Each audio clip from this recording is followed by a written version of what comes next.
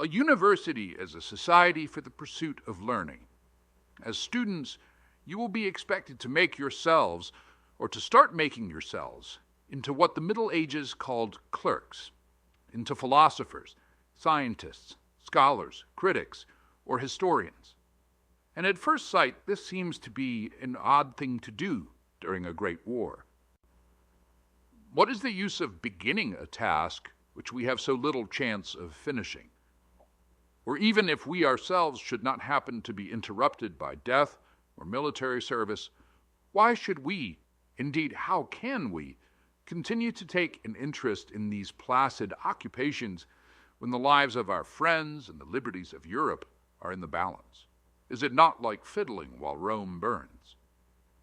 Now it seems to me that we shall not be able to answer these questions until we have put them by the side of certain other questions which every Christian ought to have asked himself in peacetime. I spoke just now of fiddling while Rome burns. But to a Christian, the true tragedy of Nero must be not that he fiddled while the city was on fire, but that he fiddled on the brink of hell. You must forgive me for the crude monosyllable. I know that many wiser and better Christians than I in these days do not like to mention heaven and hell even in a pulpit. I know, too, that nearly all the references to this subject in the New Testament come from a single source. But then that source is our Lord himself. People will tell you it is St. Paul, but that is untrue. These overwhelming doctrines are dominical.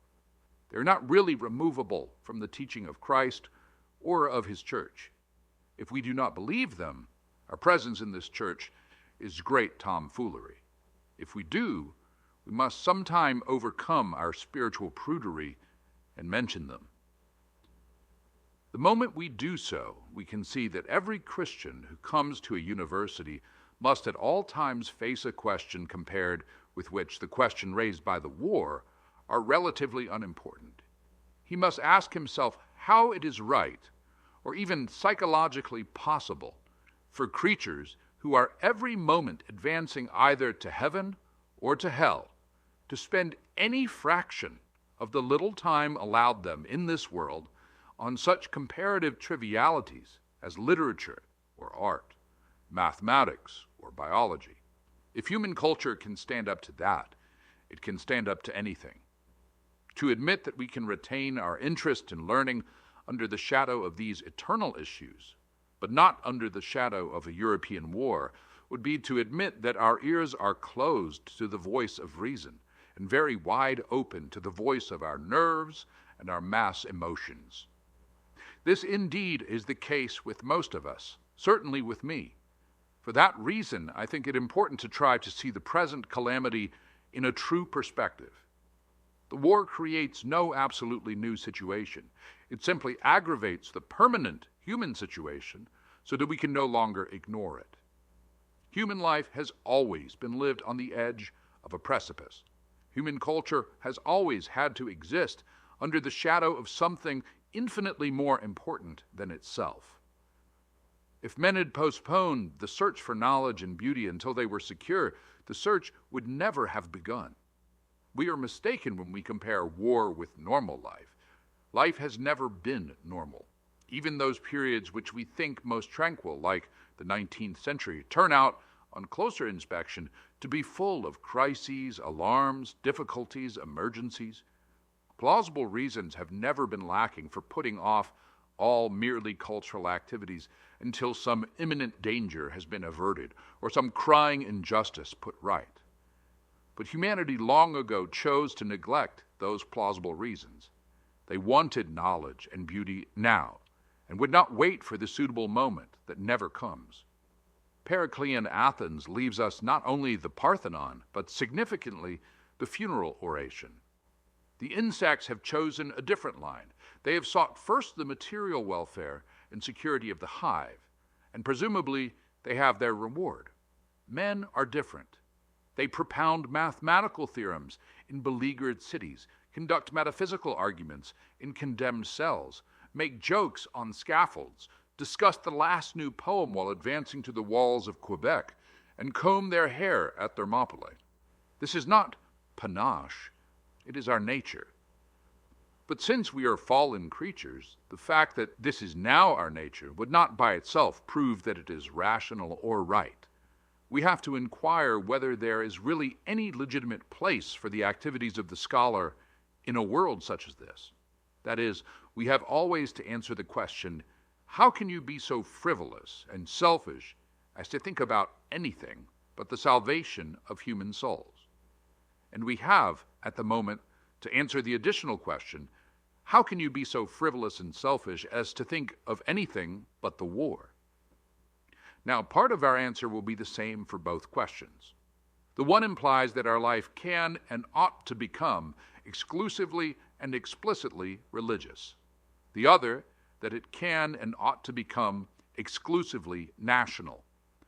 I believe that our whole life can and indeed must become religious in a sense to be explained later.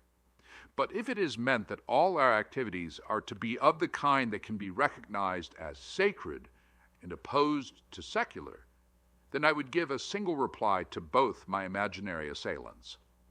I would say, whether it ought to happen or not, the thing you are recommending is not going to happen.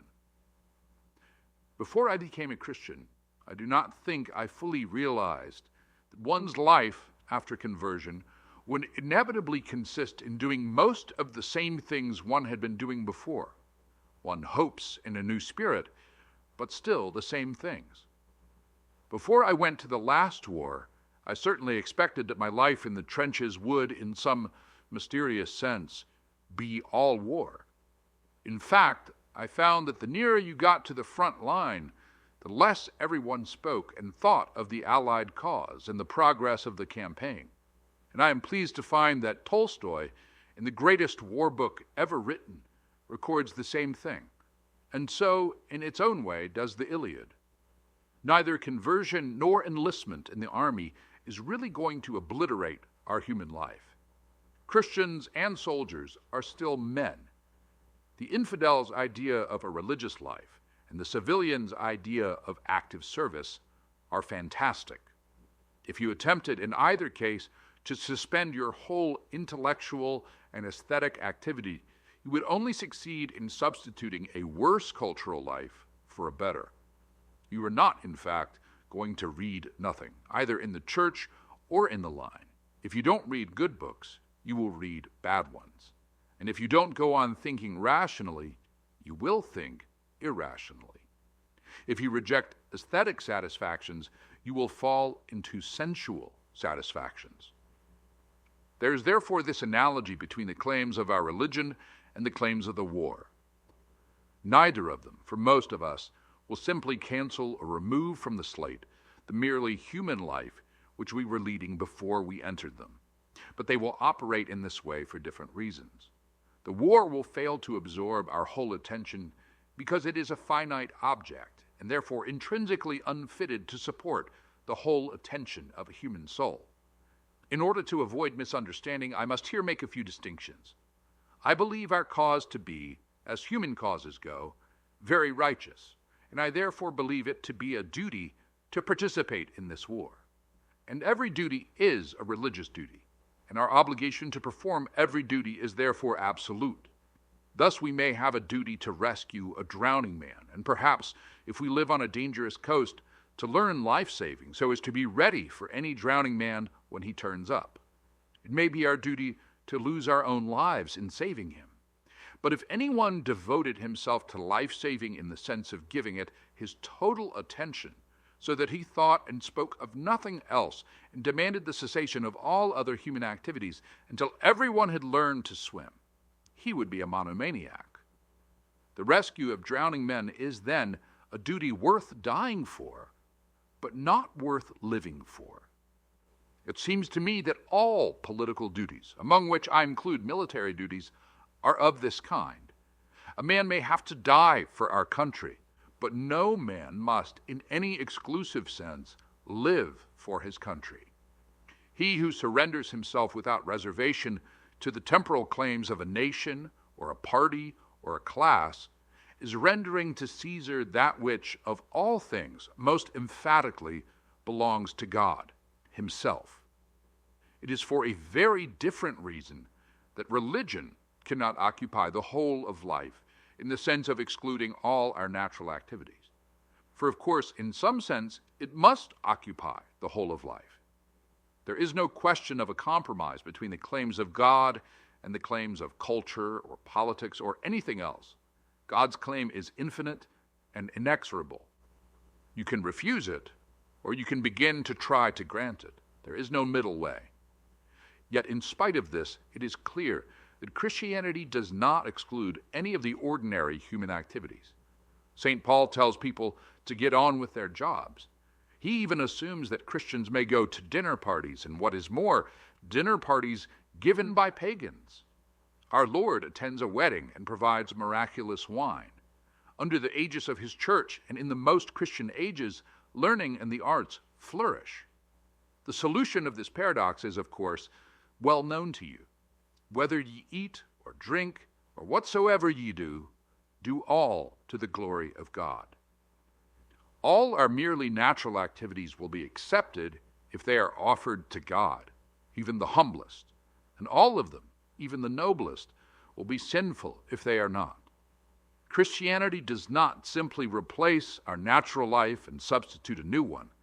It is rather a new organization which exploits to its own supernatural ends these natural materials.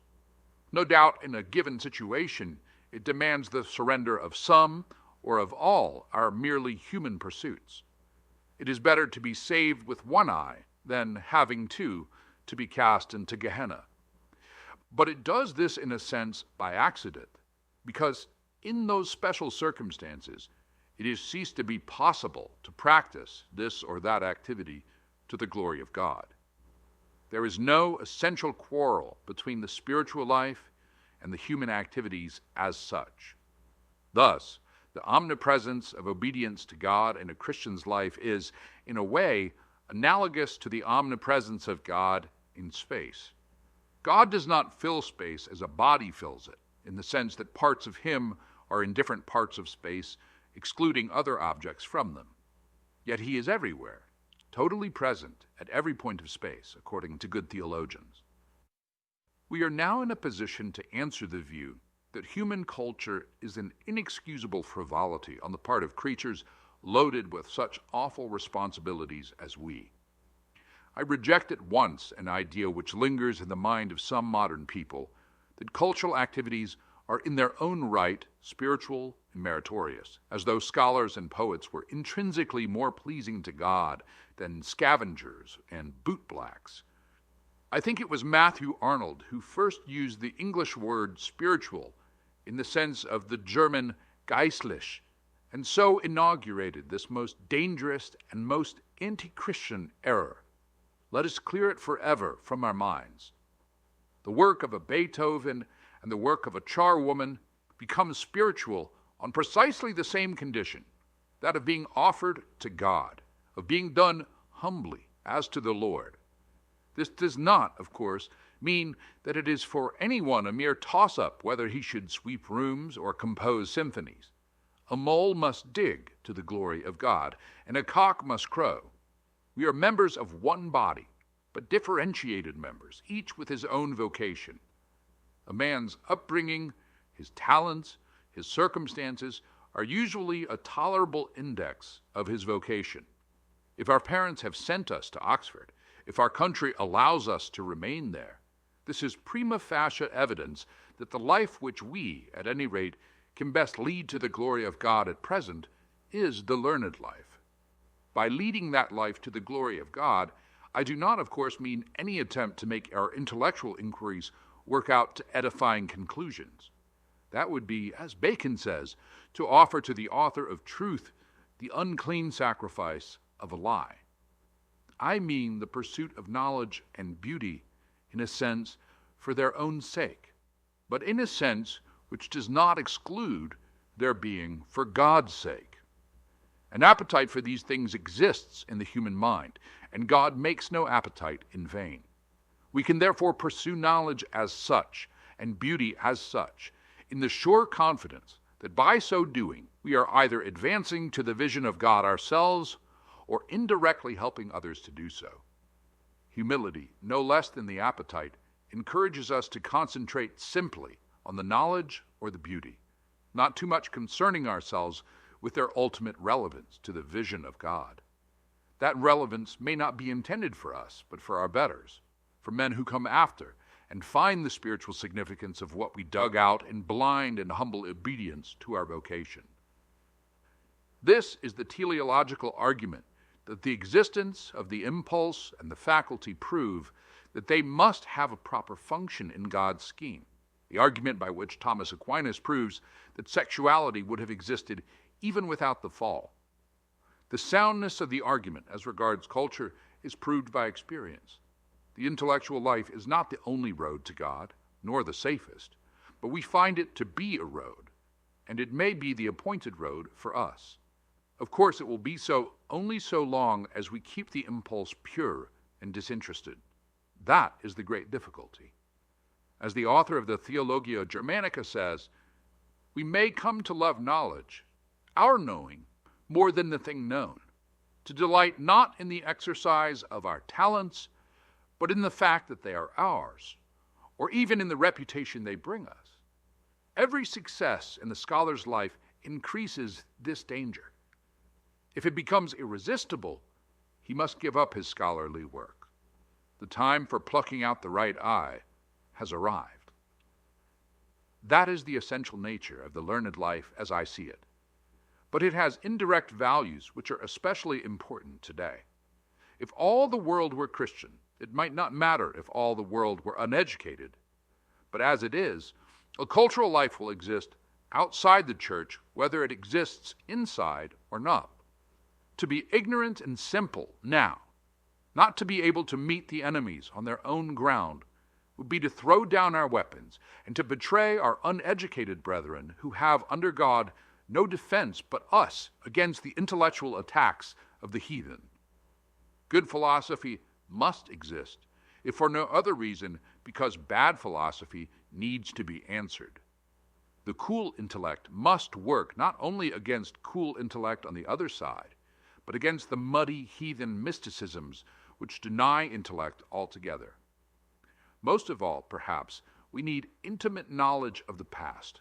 Not that the past has any magic about it, but because we cannot study the future, and yet need something to set against the present, to remind us that the basic assumptions have been quite different in different periods, and that much which seems certain to the uneducated is merely temporary fashion.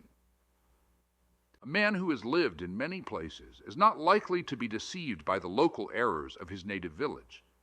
The scholar has lived in many times and is therefore in some degree immune from the great cataract of nonsense that pours from the press and the microphone of his own age. The learned life, then, is for some a duty. At the moment, it looks as if it were your duty.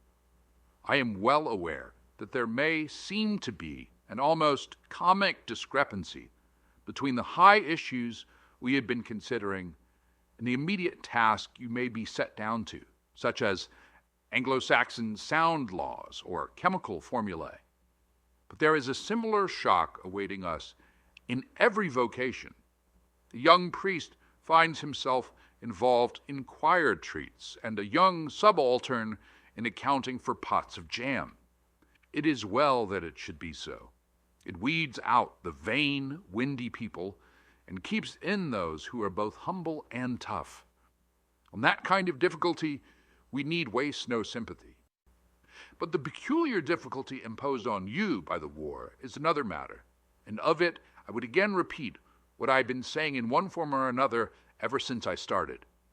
Do not let your nerves and emotions lead you into thinking your predicament more abnormal than it really is.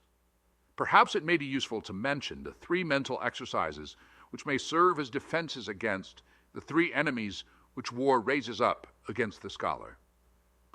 The first enemy is excitement, the tendency to think and feel about the war when we had intended to think about our work. The best defense is a recognition that in this, as in everything else, the war has not really raised up a new enemy, but only aggravated an old one. There are always plenty of rivals to our work. We are always falling in love or quarreling, looking for jobs or fearing to lose them, getting ill and recovering, following public affairs. If we let ourselves, we shall always be waiting for some distraction or other to end before we can really get down to our work. The only people who achieve much are those who want knowledge so badly that they seek it while the conditions are still unfavorable. Favorable conditions never come. There are, of course, moments when the pressure of the excitement is so great that only superhuman self-control could resist it. They come both in war and peace. We must do the best we can. The second enemy is frustration, the feeling that we shall not have time to finish. If I say to you that no one has time to finish, that the longest human life leaves a man in any branch of learning a beginner, I shall seem to you to be saying something quite academic and theoretical. You would be surprised if you knew how soon one begins to feel the shortness of the tether, of how many things, even in middle life, we have to say, no time for that, too late now, and not for me. But nature herself forbids you to share that experience. A more Christian attitude, which can be attained at any age, is that of leaving futurity in God's hands. We may as well, for God will certainly retain it whether we leave it to Him or not. Never, in peace or war, commit your virtue or your happiness to the future. Happy work is best done by the man who takes his long-term plans somewhat lightly and works from moment to moment as to the Lord. It is only our daily bread that we are encouraged to ask for. The present is the only time in which any duty can be done or any grace received. The third enemy is fear. War threatens us with death and pain. No man, and especially no Christian who remembers Gethsemane, need try to attain a stoic indifference about these things. But we can guard against the illusions of the imagination. We think of the streets of Warsaw and contrast the deaths there suffered with an abstraction called life. But there is no question of death or life for any of us, only a question of this death or of that, of a machine gun bullet now or a cancer 40 years later. What does war do to death? It certainly does not make it more frequent. 100% of us die, and the percentage cannot be increased. It puts several deaths earlier, but I hardly suppose that that is what we fear. Certainly when the moment comes, it will make little difference how many years we have behind us. Does it increase our chances of a painful death? I doubt it. As far as I can find out, what we call natural death is usually preceded by suffering, and a battlefield is one of the very few places where one has a reasonable prospect of dying with no pain at all. Does it decrease our chances of dying at peace with God? I cannot believe it. If active service does not persuade a man to prepare for death, what conceivable concatenation of circumstances would?